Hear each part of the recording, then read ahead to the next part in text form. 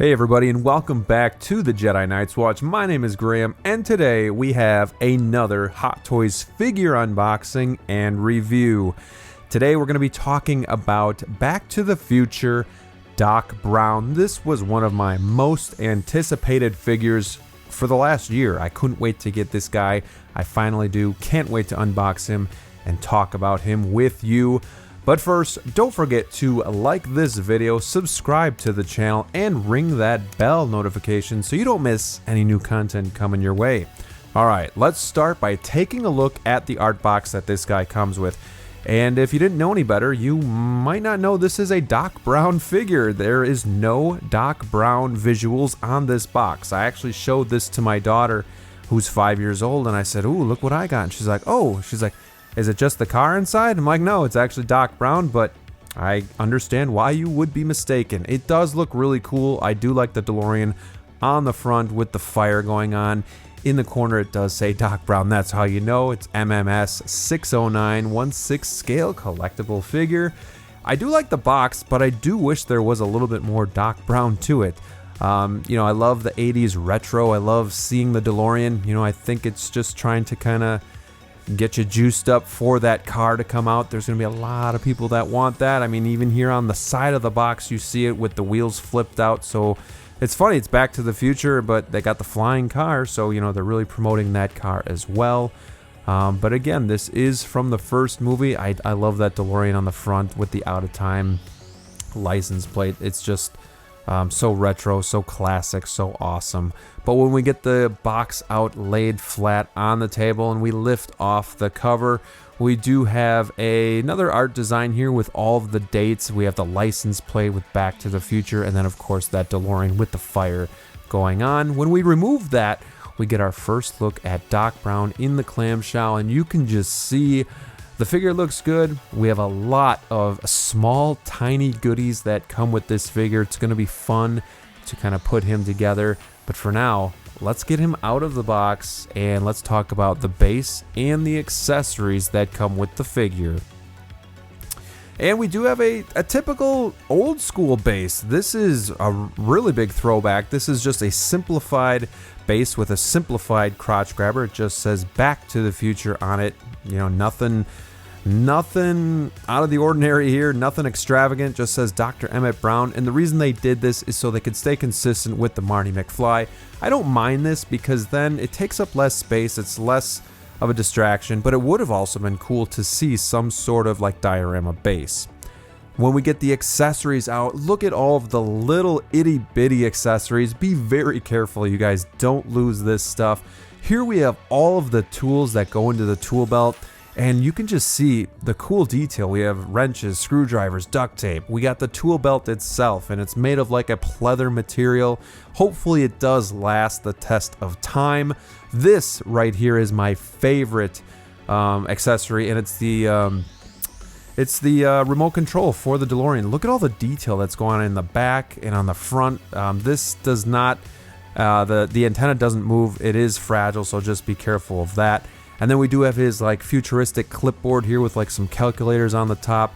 The clip though is fixed, so you can't put those papers that come with it in there. They just sit there, which is kind of a missed opportunity by Hot Toys because it would be nice if they would actually clip in there. We do have some pens that go into Doc Brown's shirt. We do have his belt strap. We'll get that on soon here. And we do have like this pouch, and I thought at first might be sculpted, but it is soft material. And then this like machine or calculator or whatever it is goes inside, and then that straps onto the belt as well. He does come with this awesome looking watch that can go on the wrist. And then he gets one more watch, and then like a wire that goes to the finger, and you'll see that it kind of attaches to his finger there. We do have the stopwatch that connects, it can go over the neck of Doc Brown, and then it connects to that pouch right there. And then we do have another stopwatch, and that goes on Einstein. So that's pretty cool. The weird thing is we only get a couple of hands here. So the resting hands that are on the figure, and then these two. So really no gripping hands, which is really, really odd. When we do get the figure all put together out of the box, here's what he looks like. I gotta say, guys, he looks really, really good. I love the jumpsuit. I love the detail that goes into the tool belt and all of the contraptions that are kind of hanging off of him. It does take some time to put this guy together, but once you are doing it, it's really actually a lot of fun. It's actually, I don't know, it was really fun putting all the tools into the tool belt, so I really did enjoy that quite a bit. But I think the figure looks really good. We're going to move from the upper body to the midsection and then to the lower body so you guys can see some of the detail that goes into this figure. And starting with the head sculpt here, this is going to be a straight reuse of the Back to the Future 2 Doc Brown, which isn't necessarily bad, but the one unforgivable thing here is you can see the slots in the hair where the sunglasses went in Back to the Future 2. And to me, that is unacceptable. It is such an eyesore. It is something that my eyes gravitate towards all the time. And it really does take away from the great head sculpt and paint application. So it's really, really a shame. When we get to the midsection, you can see all the detail that goes on in the belt. You can see all these cool tools with screwdrivers, wrenches, pliers, straight edges, stuff like that. The electrical tape hanging there just looks really, really cool. And then when we go down to the bottom, you see kind of the bagginess of the jumpsuit with these sculpted shoes. And this, again, is just such a fun figure. I think they did a really good job, except for a couple of the missed opportunities that kind of come across to me like they're a little bit lazy. And then here we do have the figure in hand, so you can even get maybe a better look at everything. And you can kind of just see those slots in the hair themselves. And I don't understand why Hot Toys couldn't at least fill those. It's just such an eyesore. My eye goes right to it because I know it's there. It's a distraction, and it really takes away from the good head sculpt and the good paint applications for Doc Brown. So it is a shame.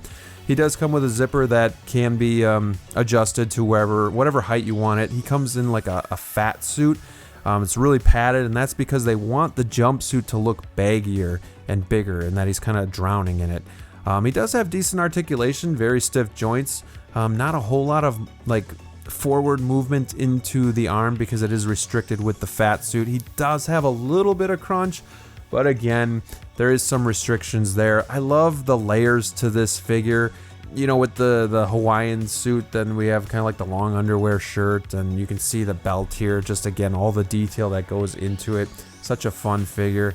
He does have some twist in the thighs and pretty decent leg articulation because there's no fat suit down there. It's just going to be a baggy jumpsuit. And then you can see we do have rotation in the ankles and in those sculpted shoes, and he does have some socks, so that's pretty cool too.